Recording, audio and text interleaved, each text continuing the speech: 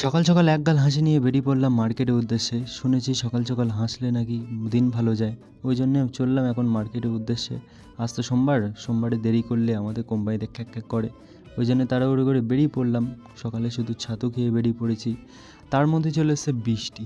বৃষ্টিতে একটা জায়গায় দাঁড়িয়ে পড়েছি। আর কলকাতা শহরে যেটা দেখতে মানুষ বাইরে থেকে আসে সেটাই চলছে আমার সামনে দিয়ে। আরও একবার বৃষ্টির মধ্যে দেখতে পেলাম হলুদ ট্যাক্সি। বৃষ্টি থামতে না থামতে আবারও একটা জায়গায় গিয়ে বসে পড়লাম। বসতে বসতে দেখি কাকুরা চাটা গোটাচ্ছে। আর চাটা গোটাতে গোটাতে বলছে, ভাই এবার তো তোমার যেতে হবে, আমরা পলিথিন গোটাবো। তো পলিথিন গোটানোর জন্য একটা সেফ জায়গায় গিয়ে বসলাম। আর বাড়ি থেকে আনা কলা খেয়ে আবার একটা দোকানের সামনে গিয়ে সেলফি দিয়ে কাজ শুরু করে দিলাম। এর মধ্যে দেখি একটা এটাকে তোমরা কী বলো, পায়রা। তো আবার কাজটা সেরে সোজা কলা খেতে খেতে ঘরের দিকে রওনা দিলাম। আমার জুতোটা এমনিই ভিজে গেছে, তার সামনে দেখলাম মন্দিরে পুজো হচ্ছে। কিছু সময় দাঁড়িয়ে ঘরে চলে আসলাম।